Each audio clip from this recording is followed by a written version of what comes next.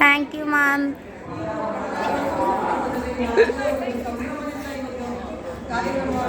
ಆಚರಿಸ್ತಾ ಇದ್ದೀವಿ.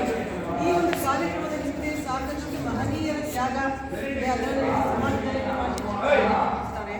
ಹಾಗಾಗಿ ಯಾವುದೇ ಸುಮ್ಮನೆ ಸಿಗೋದಿಲ್ಲ. ತುಂಬ ಒಂದು ಪರಿಶ್ರಮ, ತ್ಯಾಗ ಮತ್ತು ಬಲಿದಾನಗಳ ಸಂಕೇತವಾಗಿ ನಾವು ಈ ಒಂದು ಸ್ವಾತಂತ್ರ್ಯವನ್ನು ಅನುಭವಿಸ್ತಾ ಇದ್ದೀವಿ. ನಮ್ಮ ದೇಶಕ್ಕೆ ಸ್ವತಂತ್ರ ಬಂದಿಲ್ಲ. ಪ್ರತಿಯೊಂದು ದೇಶಕ್ಕೆ ಆದಂಥ ಒಂದು ಸಂವಿಧಾನ ಬೇಕಾಗುತ್ತೆ. ಆ ಸಂವಿಧಾನವನ್ನು ಸಿದ್ಧಪಡಿಸುವಲ್ಲಿ ಅಂಬೇಡ್ಕರ್ ಅವರು ಒಂದು ನೇತೃತ್ವವನ್ನು ವಹಿಸಿ ಬೇರೆ ಬೇರೆ ಸಂವಿಧಾನವನ್ನು ಅವರು ಅಧ್ಯಯನ ಮಾಡಿಕೊಂಡು ನಮ್ಮ ದೇಶಕ್ಕೆ ಯಾವ ಆಗುತ್ತೆ ಅಂತೇಳಿ ಒಂದೊಂದು ದೇಶದಿಂದಲೂ ಕೂಡ ಬೇರೆ ಬೇರೆ ರೀತಿಯ ಒಂದು ಒಳ್ಳೊಳ್ಳೆ ಅಂಶಗಳನ್ನು ತಗೊಂಡು ಒಂದು ಬೃಹತ್ ಸಂವಿಧಾನ ನಮ್ಮ ದೇಶಕ್ಕೆ ರಚಿಸಿಕೊಟ್ಟಿದ್ದಾರೆ. ಅವರ ಒಂದು ತ್ಯಾಗವನ್ನು ನಾವು ಸ್ಮರಿಸ್ತಾ ಅವರ ಮಾರ್ಗದರ್ಶನ ಮಾರ್ಗದಲ್ಲಿ ನಾವೆಲ್ಲರೂ ಸಾಗೋಣ.